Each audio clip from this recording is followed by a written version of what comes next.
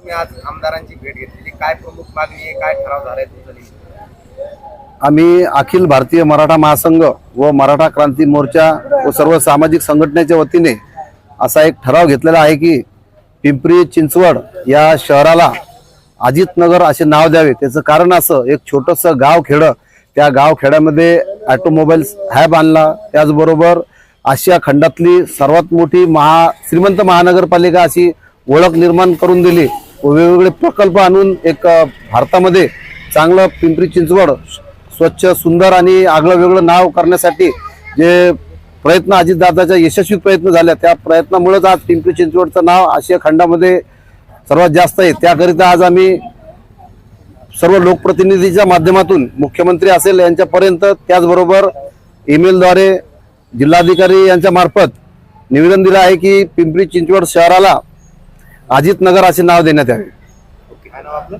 Arvind Deshmukh, Jalna.